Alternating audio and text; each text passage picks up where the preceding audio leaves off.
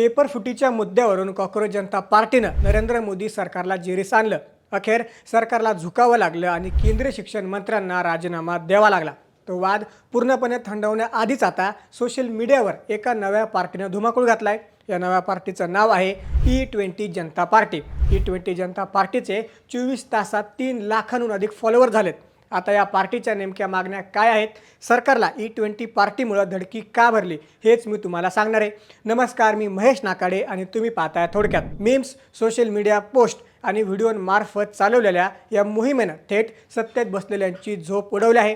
हा कोणताही राजकीय पक्ष नाही, तर सर्वसामान्य वाहन चालकांच्या रागातून निर्माण झालेलं एक डिजिटल जन आंदोलन आहे। एक्स आणि इंस्टाग्रामवर ज्या स्पीडनं E20 पार्टीचे फॉलोअर्स वाढत आहेत, त्यावरून हे स्पष्ट होत आहे की हा विषय थेट जनतेच्या जिव्हाळ्याचा आहे। अनेकांच्या मनात प्रश्न येईल की ही ई पार्टी मोफत पेट्रोल मागत आहे का, किंवा सरकारकडे कोणती मोठी आर्थिक मदत मागत आहे का? तर तसं अजिबात नाही आहे। E20 जनता पार्टीच्या मागण्या अत्यंत साध्या सरळ आहेत।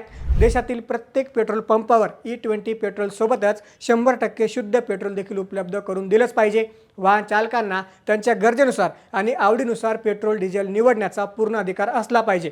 वाहन उत्पादक कंपन्यांनी ज्या पेट्रोल डिझेलची शिफारस गाड्यांसाठी केली आहे, तेच पेट्रोल डिझेल मिळायला हवं। त्यांचा इथेनॉल मिश्रणाला सरसकट विरोध नाही, पण तो सक्तीचा असावा का, हा त्यांचा मूळ प्रश्न आहे।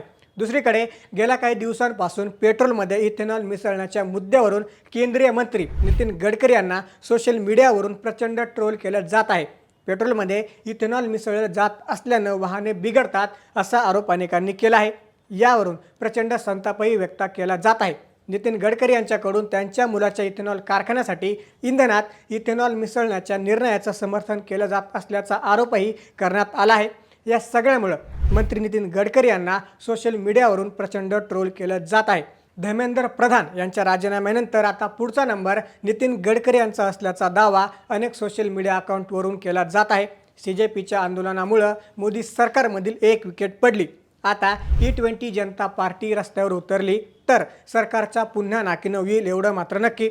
आजचा मध्यमवर्गीय माणूस कष्टाचे पैसे साठवून गाडी खरेदी करतो, पण सरकारच्या धोरणांमुळे जर गाडीचे मायलेज कमी होत असेल आणि इंजिनचं आयुष्य धोक्यात येत असेल, तर गाड्या वापरणाऱ्यांचा संताप होणं स्वाभाविक आहे। पेट्रोलचे वाढते भाव आणि त्यात भर म्हणून इथेनॉल मिश्रणामुळे मायलेज घटण्याच्या तक्रारी आता घराघरांमध्ये ऐकायला मिळत आहेत। जेव्हा इंधन बदलामुळे महागड्या गाड्यांचे पार्ट खराब होऊ लागतात, तेव्हा सर्वसामान्य नागरिकांच्या खिशाला मोठा फटका बसतो। E20 जनता पार्टीनं नेमक्या याच मुद्द्याला हात घातला आणि त्यांची हीच मागणी थेट सर्वसामान्यांच्या मनाला भिडली आहे। आता E20 जनता पार्टी आंदोलन उभं करणार का? CJPच्या आंदोलनासारखं जेनजी रस्त्यावर उतरणार का? असे प्रश्न सर्वांनाच पडले आहेत। पण E20 जनता पार्टीनं रस्त्यावर उतरून घोषणाबाजी करण्यापेक्षा मीम, व्हिडिओ हे हजारो लोकांच्या मनात कशी ठिणगी पेटवली आहे। गेल्या काही काळापासून CJPच्या आंदोलनामुळे इथेनॉल मिश्रित पेट्रोलची चर्चा मागे पडली होती, पण आता या नवीन डिजिटल ट्रेंडनं तो विषय पुन्हा एकदा ऐरणीवर आणला आहे। तुम्हाला काय वाटतं, इथेनॉल मिश्रित पेट्रोलमुळे तुमच्या गाडीच्या मायलेजवर किंवा परफॉर्मन्सवर काही परिणाम झालाय का? प्रशासनानं शुद्ध पेट्रोलचा पर्याय सक्तीचा करायला हवा का? तुमचे विचार आम्हाला खाली कमेंट्समध्ये नक्की सांगा। जर हा व्हिडिओ तुम्हाला माहितीपूर्ण वाटला असेल तर लाईक करा। अशाच महत्त्वाच्या विषयांवर अपडेट राहण्यासाठी चॅनलला सबस्क्राईब करायला विसरू नका।